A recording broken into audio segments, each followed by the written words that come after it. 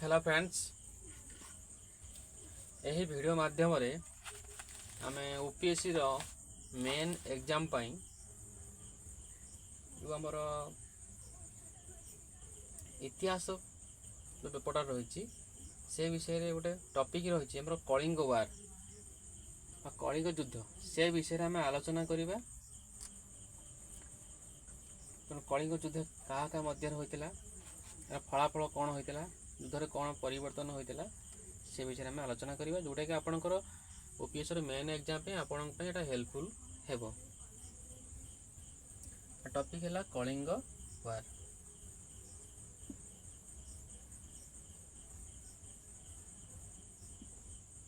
Topic हूँ कलिंग वार। ये कलिंग युद्ध ना मौर्य साम्राज्य सम्राट अशोक एवं कलिंग राज्य मध्य होइतिला। कलिंग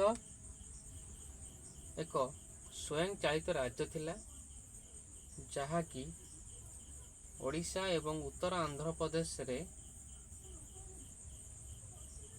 पूर्व उपकूलवर्ती अंचल रे अवस्थित थिला बा अवस्थित। ये कलिंग युद्ध ना धौली पहाड़ रे होइतिला। धौली पहाड़ दया नदी कूल रे अवस्थित। ये कलिंग युद्ध भारत इतिहास रे घटिथिबा रक्ताक्त युद्ध मध्यरु अन्यतम। कलिंगर कौनसी शासक नथिले, यह शासक बिना पारंपरिक दृष्टि शासित हेउतिला। ताले कलिंग युद्ध काहा मध्य होइतिला ना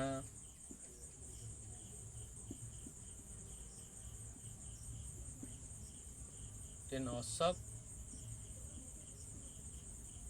and state of Kalinga. Ashoka एवं कलिंग राज्य मध्य होइतिला। एही युद्ध धौली पहाड़ उपरे होइतिला।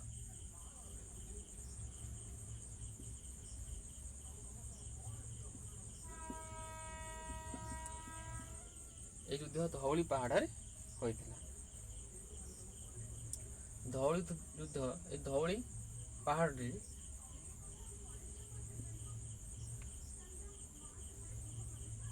ना दया नदी कूल रे अवस्थित।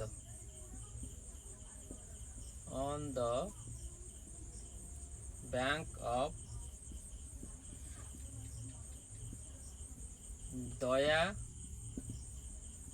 On the bank of Daya river. जोटा कलिंग युद्ध अशोक एवं कलिंग राज्य मध्य होइतिला। अशोक कलिंगर सम्राट थिले, जो मौर्य साम्राज्य सम्राट थिले। कलिंगर कौन शासक नथिले, या शासक बिना शासित होउतिला बा पारंपरिक दृष्टि शासित होउतिला। ये कलिंग युद्ध ना ख्रीष्टपूर्व 261 होइतिला। केबे होइतिला ख्रीष्टपूर्व 261 रे इन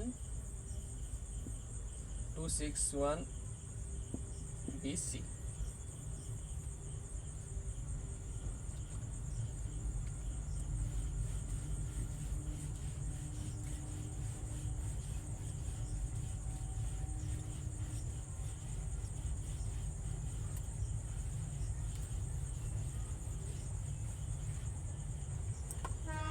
कलिंग युद्धर बैकग्राउंड पृष्ठभूमि रही।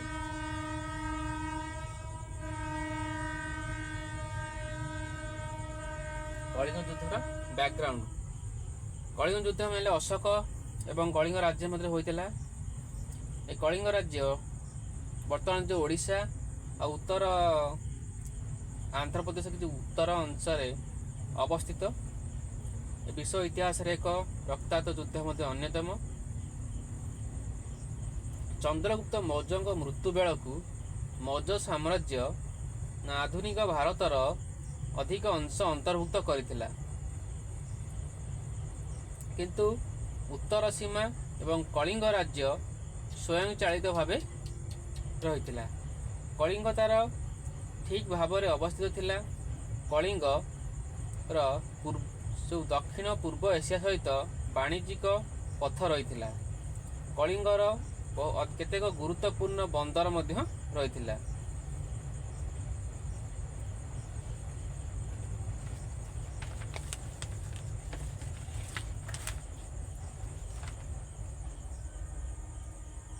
ମୌଜ ସାମ୍ରାଜ୍ୟ ବାହାରେ ଥିବା ଯେଉଁ ଶକ୍ତିଶାଳୀ ରାଜ୍ୟ ବହୁତ ସମସ୍ୟା ବହୁଳ ଥିଲା, କାରଣ ଏହା ଯେଉଁ ପାଟଳିପୁତ୍ର ଏବଂ କେନ୍ଦ୍ରୀୟ ଭାରତୀୟ ଉପଦ୍ୱୀପରେ ଥିବା ଅଞ୍ଚଳ ମଧ୍ୟରେ ଥିବା ଯେଉଁ ଆମର ଯୋଗାଯୋଗ ସମ୍ପର୍କକୁ ପ୍ରତିବନ୍ଧକ କରୁଥିଲା। ଏ ପାଟଳିପୁତ୍ର ମୌଜ ସାମ୍ରାଜ୍ୟର ରାଜଧାନୀ ଥିଲା। ତାହେଲେ ପାଟଳିପୁତ୍ର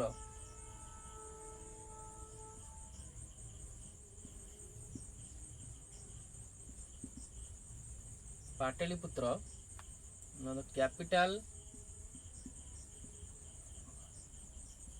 of मौर्य साम्राज्य, मौर्यन एम्पायर।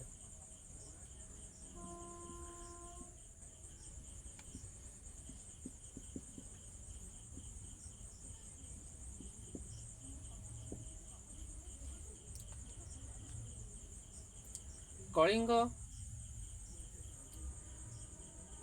नंद साम्राज्य द्वारा शासित होता। चंद्रगुप्त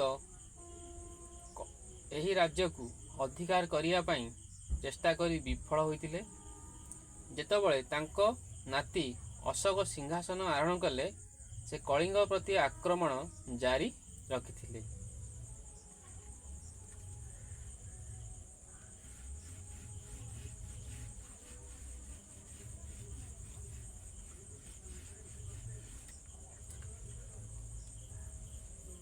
इवेंट्स कलिंग वार पे कौन इवेंट्स रही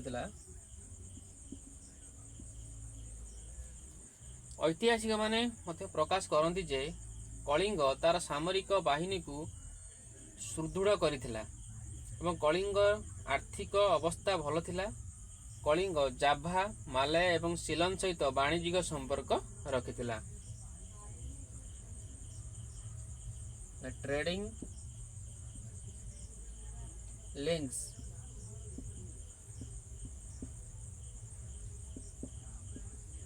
with Java,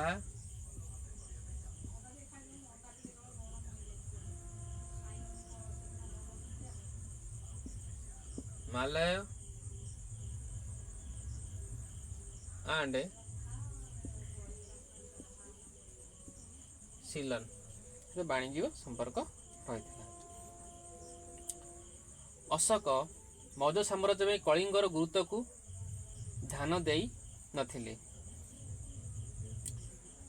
कलिंगर व्यापक सामरिक बाहिनी, शक्ति तो आर्थिक अवस्था क्षमता प्रति मगध साम्राज्य ईर्षापरायण होइतिले।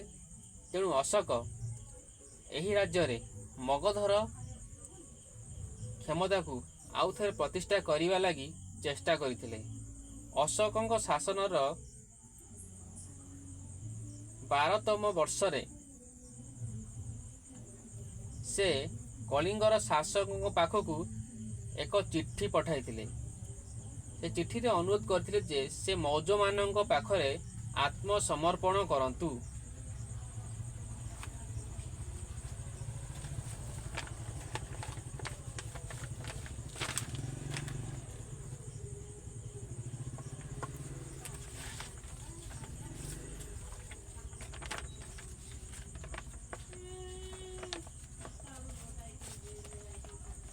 किंतु कलिंग राजा बा कलिंगर जे शासक थिले, से कलिंग मान पाखरे आत्मसमर्पण करिवा लागि मना करदेले ना रिफ्यूज्ड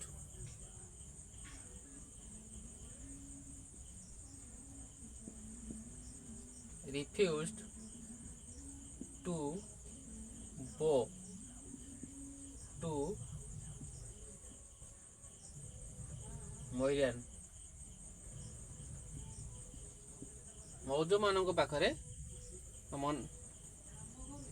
मुंड नुआवा लगी बा आत्मसमर्पण करने लगी मना करदेले। कलिंग युद्ध समय राजा अनंत पद्मनाभ कलिंगर राजा थिले।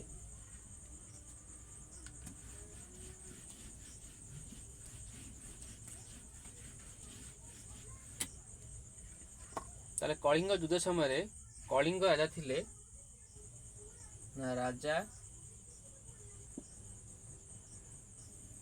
ଅନନ୍ତ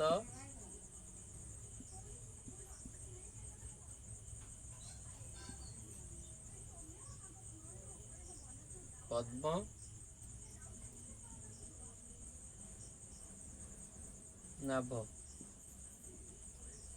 କଳିଙ୍ଗ ରାଜା ଥିଲେ। ଖ୍ରୀଷ୍ଟପୂର୍ବ 261ରେ ଦୁଇ ଶାସକ ଏକ ବଡ଼ ଯୁଦ୍ଧ କରିଥିଲେ, ଏ କଳିଙ୍ଗ ରାଜା ଏବଂ ଅଶୋକ। ଅଶୋକଙ୍କର ଲେଖନୀ ଅନୁଯାୟୀ ନା এই ଯୁଦ୍ଧ ଖ୍ରୀଷ୍ଟପୂର୍ବ 261ରେ ହୋଇଥିଲା। এই ଯୁଦ୍ଧରେ କଳିଙ୍ଗ ପରାଜୟ ଲାଭ କରିଥିଲା। ପଥର ଲେଖନୀ ଦର୍ଶାଏ ଯେ କଳିଙ୍ଗ କିପରି ପରାଜୟ ଲାଭ କରିଥିଲା ବା ପରାଜିତ ହୋଇଥିଲା। ଏହି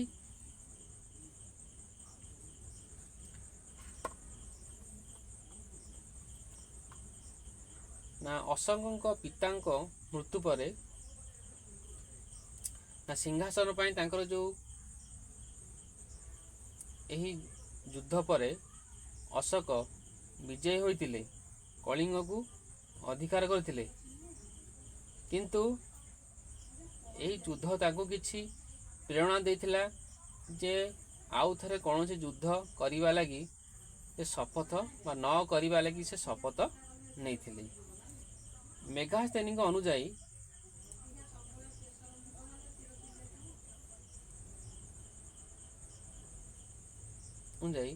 ନା କଳିଙ୍ଗ ରାଜା ନା ଙ୍କ ପାଖରେ ଏକ ଶକ୍ତିଶାଳୀ ବାହିନୀ ରହିଥିଲା, ଯେଉଁଟାକି ଆମର ପଦଚାରୀ, ହାତୀ, ଆମର ଘୋଡ଼ାରେ ଯୁଦ୍ଧ କରୁଥିବା ସୈନ୍ୟ, ଏଇସବୁ ତାଙ୍କର ସବୁ ଶକ୍ତିଶାଳୀ ତାଙ୍କର ସୈନ୍ୟ ବାହିନୀ ତାଙ୍କ ପାଖରେ ରହିଥିଲା।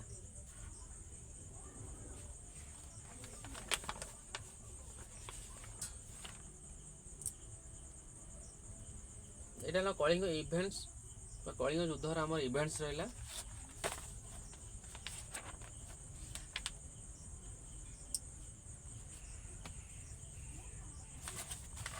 ବର୍ତ୍ତମାନ ଆରମ୍ଭ କରିବା କଳିଙ୍ଗ ଯୁଦ୍ଧର ଫଳାଫଳ କ'ଣ ରହିଥିଲା।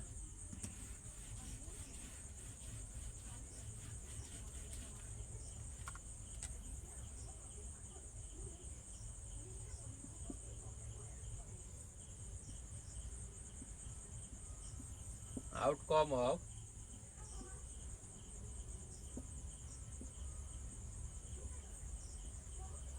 କଳିଙ୍ଗ ୱାର, କଳିଙ୍ଗ ଯୁଦ୍ଧର ଫଳାଫଳ। ଅଶୋକ ବିଜୟୀ ହୋଇଥିଲେ, ତେଣୁ ସେ କଳିଙ୍ଗକୁ ଶାସନ କରିଥିଲେ। କଳିଙ୍ଗ ଯେଉଁ ଅଶୋକ ନା ତାଙ୍କ ଏ ପ୍ରଥମେ ଏକ ରକ୍ତାକ୍ତ ଯୁଦ୍ଧକୁ ନିଜେ ସାକ୍ଷୀ ଭାବେ ନିଜେ ଦେଖିଥିଲେ। ଏହି ଯୁଦ୍ଧରେ ନା 1 ଲକ୍ଷ ସୈନ୍ୟ ମୃତ୍ୟୁବରଣ କରିଥିଲେ।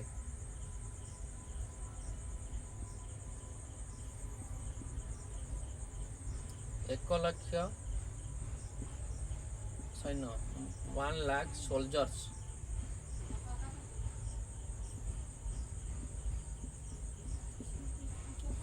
lost their lives। 1 ଲକ୍ଷ ସୈନ୍ୟ ତାଙ୍କ ଜୀବନ ହରାଇଥିଲେ। 1,50,000 ସୈନ୍ୟକୁ ବନ୍ଦୀ କରାଯାଇଥିଲା।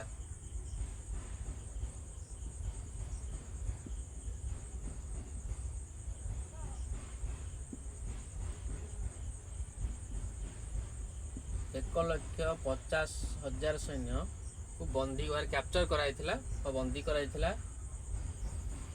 ଆଜ୍ କ୍ୟାପିଟିଭ ବନ୍ଦୀ ଭାବେ ବନ୍ଦୀ କରାଯାଇଥିଲା।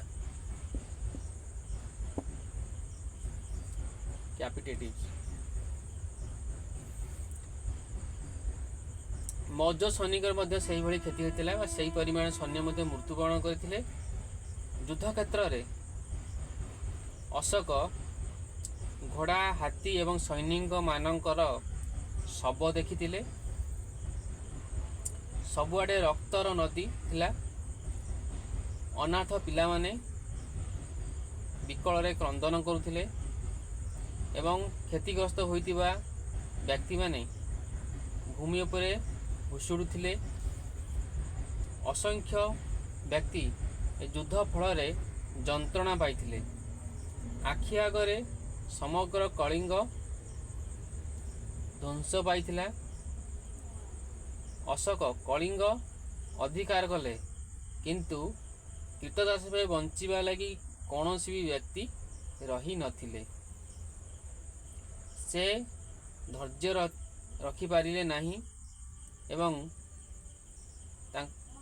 ଦୁଃଖପୂର୍ଣ୍ଣ ହୃଦୟ ସହିତ ଦୁଃଖ ସହିତ ପାଟଳିପୁତ୍ରକୁ ତାଙ୍କ ସୈନ୍ୟମାନଙ୍କୁ ଫେରାଇ ଆଣିଥିଲେ। କଳିଙ୍ଗ ଯୁଦ୍ଧର ହେଲା ଫଳାଫଳ ଥିଲା। ଆଉ ଥରେ ମଧ୍ୟ କହିଦେଉଛି, ଏହି କଳିଙ୍ଗ ଯୁଦ୍ଧରେ 1,00,000 ସୈନିକ ମୃତ୍ୟୁବରଣ କରିଥିଲେ। 1,50,000 ସୈନିକକୁ ବନ୍ଦୀ କରାଯାଇଥିଲା। ମୌଜ ସାମ୍ରାଜ୍ୟରେ ମଧ୍ୟ ସେହିଭଳି ସେହି ପରିମାଣର କ୍ଷତି ହୋଇଥିଲା ବା ସେହି ଅନେକ ସୈନ୍ୟ ମଧ୍ୟ ମୌଜ ସାମ୍ରାଜ୍ୟର ମୃତ୍ୟୁବରଣ କରିଥିଲେ। ଯୁଦ୍ଧ କ୍ଷେତ୍ରରେ ଅଶୋକ ହାତୀ, ଘୋଡ଼ା ଏବଂ ସୈନିକମାନଙ୍କର ଶବ ଦେଖିଥିଲେ। ସେ ସବୁଆଡ଼େ ରକ୍ତ ନଦୀ ଥିଲା। ଅନାଥ ପିଲାମାନେ ବିକଳରେ କ୍ରନ୍ଦନ କରୁଥିଲେ। କ୍ଷତିଗ୍ରସ୍ତ ହେଉଥିବା ବା ଖଣ୍ଡିଆ ଖାବରା ହୋଇଥିବା ବ୍ୟକ୍ତିମାନେ ମାଟି ଉପରେ ଘୁଷୁଡ଼ୁଥିଲେ। ଅସଂଖ୍ୟ ବ୍ୟକ୍ତି ଯୁଦ୍ଧ ଫଳରେ ଯନ୍ତ୍ରଣା ପାଇଥିଲେ। ଆଖି ଆଗରେ ସମଗ୍ର କଳିଙ୍ଗ ଧ୍ୱଂସ ପାଇଥିଲା। ଅଶୋକ କଳିଙ୍ଗକୁ ଅଧିକାର କଲେ, କିନ୍ତୁ କୀର୍ତ୍ତଦାସ ଭାବେ ବଞ୍ଚିବା ଲାଗି କୌଣସି ବ୍ୟକ୍ତି ରହିନଥିଲେ। ସେ ଆଉ ରହିପାରିଲେ ନାହିଁ। ସେ ତାଙ୍କ ସୈନିକମାନଙ୍କୁ ପାଟଳିପୁତ୍ର ଫେରାଇ ନେଇଥିଲେ।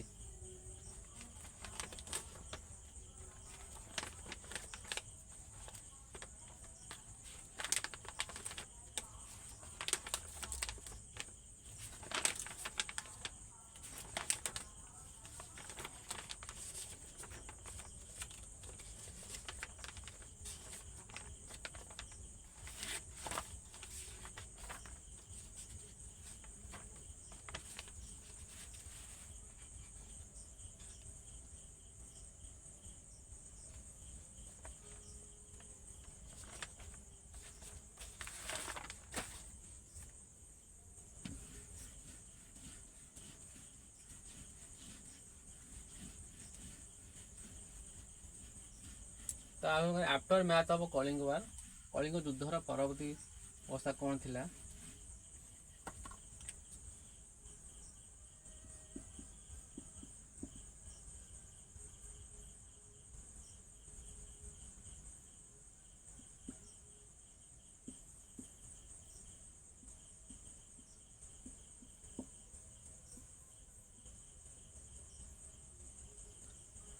କଳିଙ୍ଗ ପରବର୍ତ୍ତୀ ଅବସ୍ଥା। କଳିଙ୍ଗ ଯୁଦ୍ଧ ଅଶୋକଙ୍କ ଉପରେ ଗୁରୁତ୍ୱପୂର୍ଣ୍ଣ ପ୍ରଭାବ ପକାଇଥିଲା।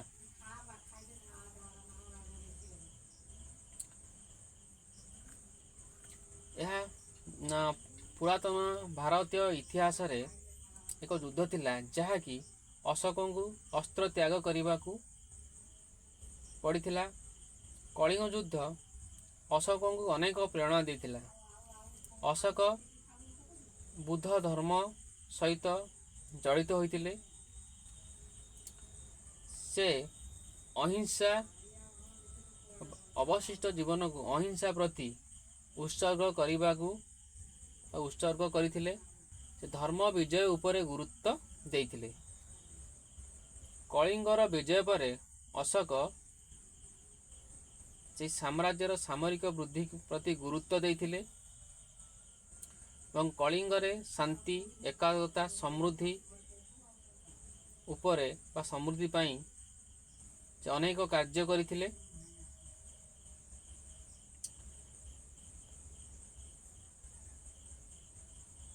ତେଣୁ ସ୍ୱଳ୍ପ କାଳରେ ସେହି ସାମ୍ରାଜ୍ୟ ପ୍ରତି ଶାନ୍ତିର ବାର୍ତ୍ତା ଯୋଗାଇ ଦେବା ବେଳେ ସେ ମଧ୍ୟ ଦୀର୍ଘ କାଳରେ ବାହ୍ୟ ଶତ୍ରୁରୁ ରକ୍ଷା କରିବା ଲାଗି ତାଙ୍କର ଯେଉଁ କଳିଙ୍ଗର ସାମରିକ ବାହିନୀକୁ ସୁଦୃଢ଼ କରିଥିଲେ।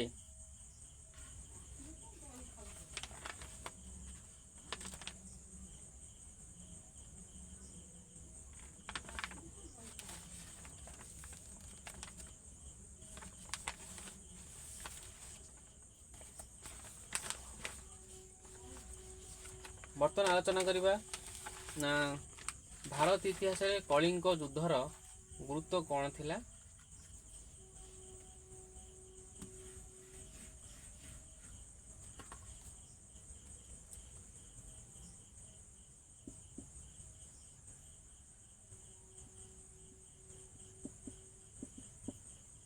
Significance of the Kalinga War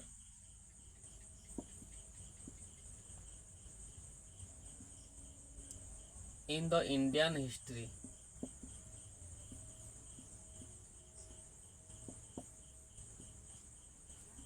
The Indian history।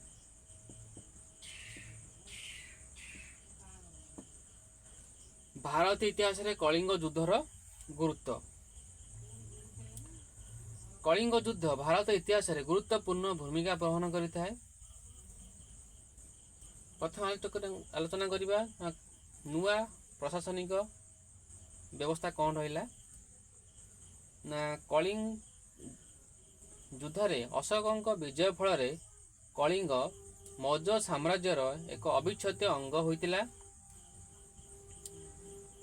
ଦୁଇ ଆଞ୍ଚଳିକ କେନ୍ଦ୍ର ରହିଲା ତୋଷାଳୀ ଏବଂ ଜଉଗଡ଼ ବା ସମାପା, ଧଉଳି ଏବଂ ଜଉଗଡ଼, ଯେଉଁଟାକି ଆମର କଳିଙ୍ଗରେ ପ୍ରଶାସନିକ କାର୍ଯ୍ୟ ପାଇଁ ମୁଖ୍ୟ କେନ୍ଦ୍ର ହୋଇଥିଲା। ଟୁ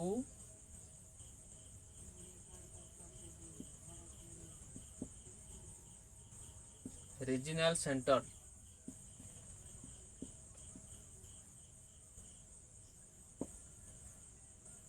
ତୋଷାଳୀ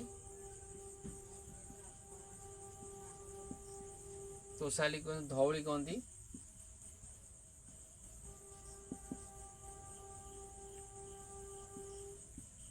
and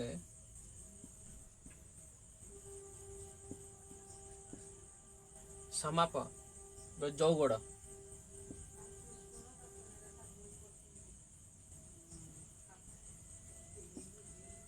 ଯେଉଁ ପ୍ରଶାସନିକ କାର୍ଯ୍ୟ ପାଇଁ ମୁଖ୍ୟ କେନ୍ଦ୍ର ହୋଇଥିଲା। ଧଉଳି ଏବଂ ଜଉଗଡ଼ ପଥର ଲେଖନୀ ଯେଉଁଟା ଅଶୋକଙ୍କ ଦ୍ୱାରା ହୋଇଥିଲା ନା କଳିଙ୍ଗର ପ୍ରଶାସନିକ ବ୍ୟବସ୍ଥା ବିଷୟରେ ସବିଶେଷ ତଥ୍ୟ ଯୋଗାଇଥାଏ।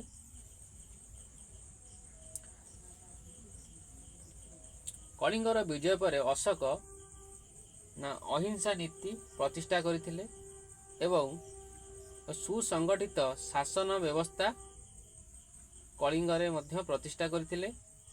ବିଭିନ୍ନ ଅଧିକାରୀ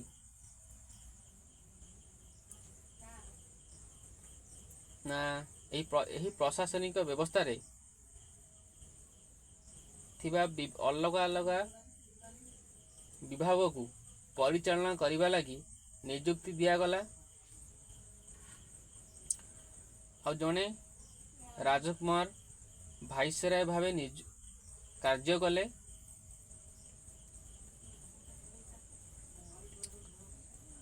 ଆଉ ଉଚ୍ଚ କାର୍ଯ୍ୟକାରୀ ଅଧିକାରୀଙ୍କ ଭୂମିକା ଯାହାକୁ ନା ରାଜଭଚାନିକା କୁହାଯାଏ, ସେ ମଧ୍ୟ ମୁଖ୍ୟ ଭାବେ କାମ କଲେ। ଆଉ ସୀମାବର୍ତ୍ତୀ ରାଜ୍ୟଗୁଡ଼ିକୁ ଅନନ୍ତ ମହାମନ୍ତ୍ର ଦ୍ୱାରା ଦେଖା ବା ପର୍ଯ୍ୟବେକ୍ଷଣ କରାଯାଉଥିଲା। ମହିଳାଙ୍କର ମଙ୍ଗଳ ଏବଂ ନୈତିକ ଏବଂ ଆଧ୍ୟାତ୍ମିକତା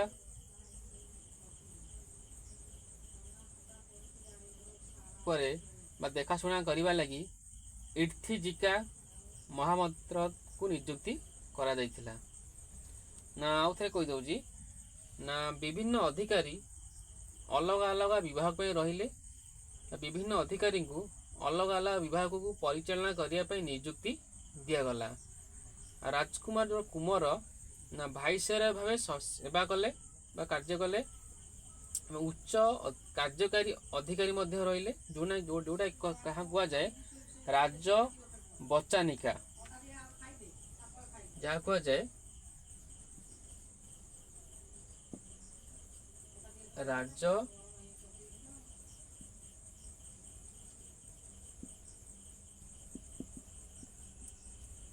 ବଚାନିକା ରହିଲେ। ଆଉ ଆମର ସୀମାବର୍ତ୍ତୀ ପ୍ରଦେଶ ରହିଲା, ତାର ପରିଚାଳନା ଦାୟିତ୍ୱ ବା ବୁଝାବୁଝି ତାକୁ ଦେଖାଶୁଣା ଦାୟିତ୍ୱ ଥିଲା ଆମର ଅନନ୍ତ ମହାମତ୍ରଜ।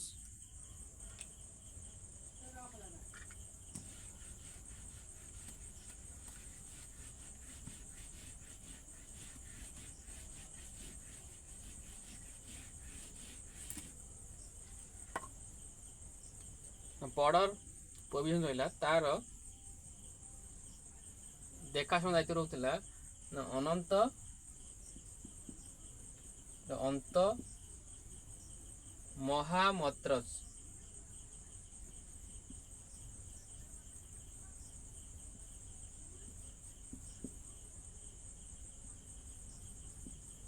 ଅନନ୍ତ ମହାମାତ୍ରସ ତାର ଦେଖାଶୁଣା ହେଉଥିଲା।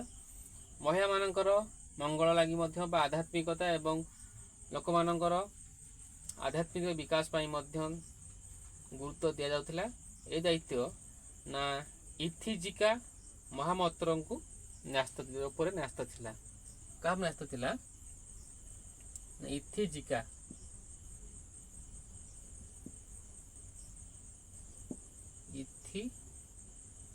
ଇଥିଜାକା ମହାମତ୍ରସ।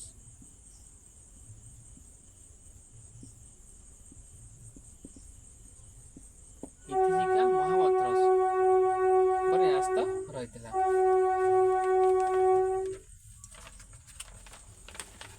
ତାପରେ ଧର୍ମ ମହାପାତ୍ର ଲୋକମାନଙ୍କର ନୈତିକ ଏବଂ ଆଧ୍ୟାତ୍ମିକତା ବିକାଶର ଦାୟିତ୍ୱ ନେଇଥିଲେ।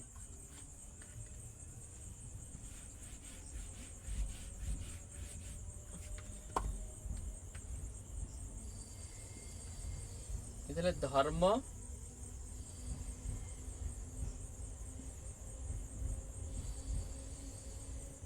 ମହାମତ୍ରସ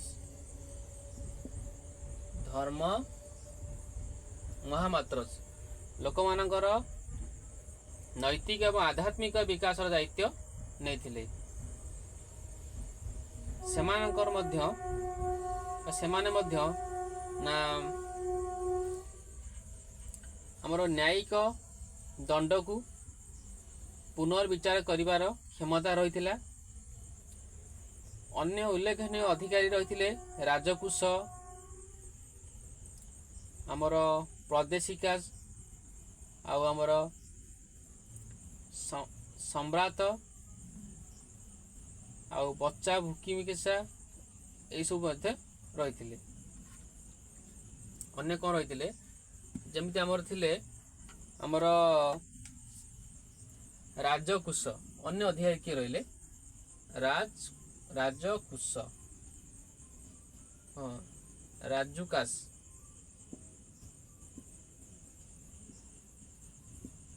ରାଜୁକାସ, ଏମାନେ କ'ଣ ପାଇଁ ରହିଲେ?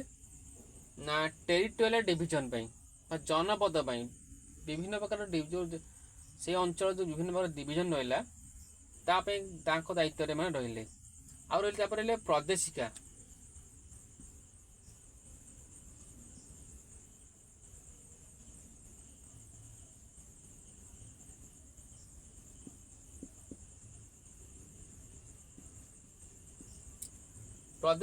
ପ୍ରଦେଶିକା ଶାନ୍ତି ଶୃଙ୍ଖଳା ରକ୍ଷା କରିବାର ଦାୟିତ୍ୱରେ ରହିଲେ। ତାପରେ ରହିଲେ ସମ୍ରାଟ।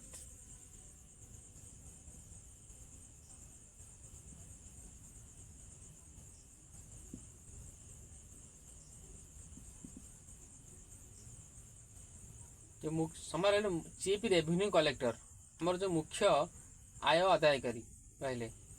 ତାପରେ ଆମର ରହିଲେ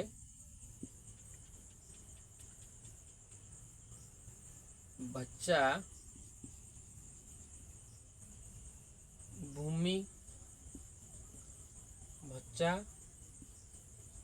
ଭୂମିକସ୍ ଏମାନେ ଆମର ଗୋରୁ ଗାଈ ଫାର୍ମ ଏବଂ ଗୋଚର ଜମିର କୁ ଦେଖାଶୁଣା କରିବାର ଦାୟିତ୍ୱରେ ଏମାନେ ରହିଥିଲେ।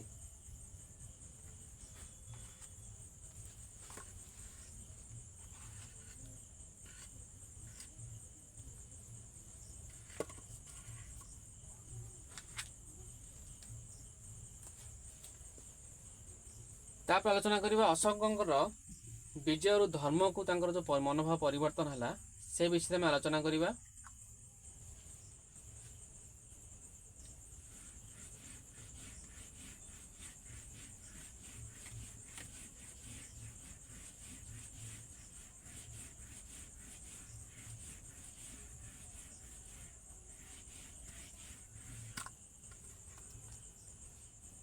ପଏଣ୍ଟ ହେଲା ନା ଅଶୋକ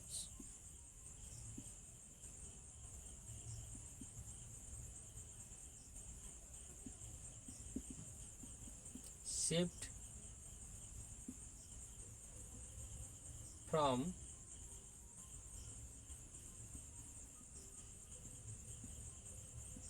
conquest to ଧର୍ମ। ଅଶୋକଙ୍କର ମନୋଭାବ ପରିବର୍ତ୍ତନ ହେଲା ନା ତାଙ୍କର ରାଜ୍ୟ ଜୟ କରିବା ଏବଂ ମନୋଭାବରୁ ଧର୍ମକୁ କିନ୍ତୁ ପରିବର୍ତ୍ତନ ହେଲେ। ମଗଧ ଏବଂ କଳିଙ୍ଗ ମଧ୍ୟରେ ଏ ଯେଉଁ ଭୟାବହ ଯୁଦ୍ଧ ଅଶୋକଙ୍କୁ ଗଭୀର ଭାବରେ ପ୍ରଭାବିତ କରିଥିଲା। ଏହି ଯୁଦ୍ଧ ନା ରାଜ୍ୟ ପ୍ରସାରଣର ତାଙ୍କର ମନୋଭାବକୁ ତ୍ୟାଗ କରାଇଥିଲା। ଶାନ୍ତି ଅନ୍ୱେଷଣରେ ଶାନ୍ତିର ସନ୍ଧାନରେ ଅଶୋକ ନା ଉପଗୁପ୍ତଙ୍କ ଆଦେଶରେ ବୌଦ୍ଧ ଧର୍ମ ଗ୍ରହଣ ବା ଆଲିଙ୍ଗନ କରିଥିଲେ। ସେ ଏକତା ଏବଂ ସମୃଦ୍ଧି ରକ୍ଷା କରିବା ପାଇଁ କାର୍ଯ୍ୟ କରିଥିଲେ।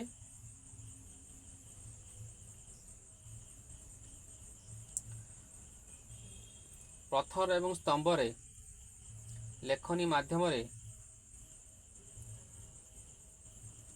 ବୁଦ୍ଧଙ୍କର ଶିକ୍ଷାକୁ ପ୍ରଚାର କରି ଅଶୋକ ଧର୍ମର ବିକାଶ ପାଇଁ ନିଜକୁ ଉତ୍ସର୍ଗୀକୃତ କରିଥିଲେ।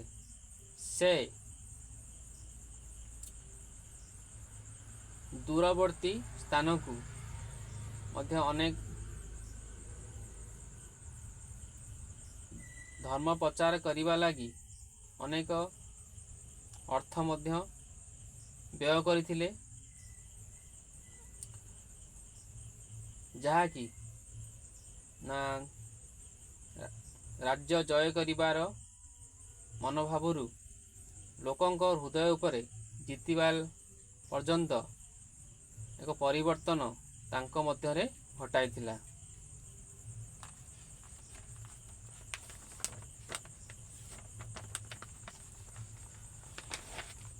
କଳିଙ୍ଗ ଯୁଦ୍ଧର ବିଜୟ ପରେ ଅଶୋକ ଅସନ୍ତୁଷ୍ଟ ହୋଇଥିଲେ। ଯେତେବେଳେ ସେ କଳିଙ୍ଗର ଦୟନୀୟ ଅବସ୍ଥା ଦେଖିଲେ, ରକ୍ତ ଦେଖିଲେ, ଲୋକଙ୍କର ଲୁହ ଦେଖିଲେ, ସେ ହତାଶ ହୋଇଥିଲେ। ଯୁଦ୍ଧ ଫଳରେ କଳିଙ୍ଗର କ୍ଷତି ବା ଅଧିକ ହୋଇଥିଲା। ସେ ଅସନ୍ତୁଷ୍ଟ ହୋଇଥିଲେ କାରଣ ସେ ମାନବ ଜୀବନରେ ଥିବା ଅଧିକ ଖର୍ଚ୍ଚରେ କଳିଙ୍ଗକୁ ଜୟ ହରାଇଥିଲେ। ମୃତ୍ୟୁ, ଦୁଃଖ, ଯନ୍ତ୍ରଣା, ଲୁହ, ରକ୍ତର ଦୃଶ୍ୟ ସେ ଯୁଦ୍ଧ କ୍ଷେତ୍ରରେ ଦେଖିଥିଲେ, ଯାହାକି ତାଙ୍କୁ ଯନ୍ତ୍ରଣା ଦେଇଥିଲା। ଅଶୋକ ଶପଥ କରିଥିଲେ ଯେ ସେ କଦାପି ଅସ୍ତ୍ର ଗ୍ରହଣ କରିବେ ନାହିଁ, ଅସ୍ତ୍ରଶସ୍ତ୍ର ବ୍ୟବହାର କରିବେ ନାହିଁ। ସେ ସେହି ସାମ୍ରାଜ୍ୟର ସାମରିକ ବାହିନୀ ବିକାଶ କରିବା ଲାଗି ଧ୍ୟାନ ଦେଇଥିଲେ। ତାଙ୍କର ପ୍ରଥମ ଏବଂ ଯୁଦ୍ଧ ଏବଂ ସଂଘର୍ଷ ଥିଲା କଳିଙ୍ଗ ଯୁଦ୍ଧ। ସେ ମଗଧର ରାଜ୍ୟ ନିୟମ ପ୍ରତି ଅନେକ ପରିବର୍ତ୍ତନ କରିଥିଲେ। ମଗଧର ସାମ୍ରାଜ୍ୟବାଦକୁ ଶେଷ କରିଥିଲେ। ମଗଧର ଶାସକ କଳିଙ୍ଗର ଯେଉଁ ମଗଧ ଶାସକର ନିୟମ ଏବଂ ଏହିପରି ଯେଉଁ ବିଜୟ ଶେଷ ହୋଇଥିଲା, ସାମ୍ରାଜ୍ୟ ଶାନ୍ତି ଏବଂ ଅହିଂସାର ନୂଆ ନୀତି ପ୍ରତିଷ୍ଠା କରିଥିଲା। ଦୂରବର୍ତ୍ତୀ ଦକ୍ଷିଣ ବ୍ୟତୀତ ଅଶୋକ ସମଗ୍ର ଭାରତ ମହାଦେଶକୁ ଶାସିତ କରିଥିଲେ। ତାଙ୍କ ଧର୍ମର ନିୟମ ପଥର ଏବଂ ପଥର ସ୍ତମ୍ଭରେ ଦେଖା ଦେଇଥିଲା।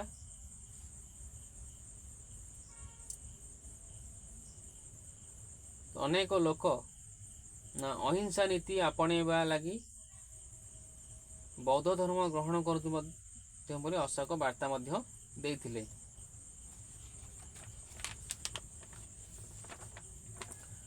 ଅଶୋକ ଅନୁଭବ କରିଥିଲେ ଯେ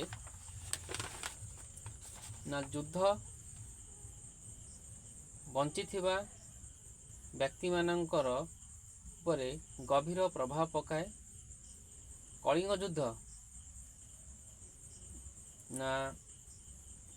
ଅହିଂସା ପ୍ରତି ତାଙ୍କ ଅବଶିଷ୍ଟ ଜୀବନକୁ ଉତ୍ସର୍ଗୀକୃତ କରିବା ଲାଗି ପ୍ରେରଣା ଦେଇଥିଲା।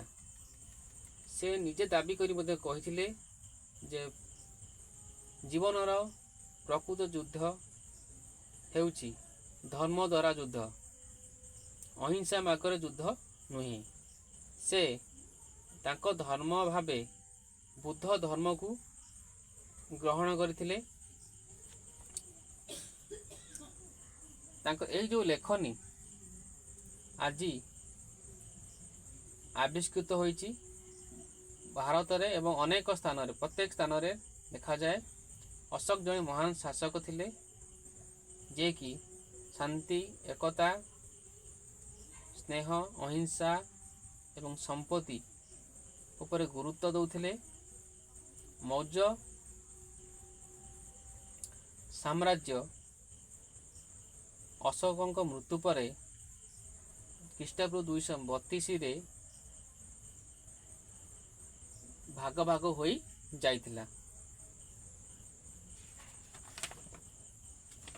ତେଣୁ ଏଇଟା ଆମେ କଳିଙ୍ଗ ଯୁଦ୍ଧର କିଛି ବିଚାରି ସଂକ୍ଷେପରେ ଆଲୋଚନା କଲେ। ଆଉ ମଧ୍ୟ କିଛି ରହିଛି, ପରବର୍ତ୍ତୀ ଭିଡ଼ିଓରେ ମୁଁ ଆଲୋଚନା କରିବି। ଯଦି ଭିଡ଼ିଓଟି ଆପଣଙ୍କ ପାଖକୁ ନିହାତି ହେଲ୍ପଫୁଲ୍ ହେବ, ଆପଣ ଚ୍ୟାନେଲକୁ ସବସ୍କ୍ରାଇବ୍, ଲାଇକ୍ କରନ୍ତୁ, ସେୟାର କରନ୍ତୁ, ବୁଝାଉଛି। ଏଭଳି ଭିଡ଼ିଓ ଆହୁରି ମଧ୍ୟ ମୁଁ ଆପଣଙ୍କର ଯେଉଁ OPSC ମେନ୍ ଏକ୍ଜାମ୍ ପାଇଁ ବନେଇବି, ବୁଝାଉଛି। ଆଶା କରୁଛି ଭିଡ଼ିଓଟିକୁ ଭଲ ଲାଗିଥିବ। ଦୟାକରି ଲାଇକ୍ ଓ ସେୟାର କରନ୍ତୁ। ଜୟ ଜଗନ୍ନାଥ।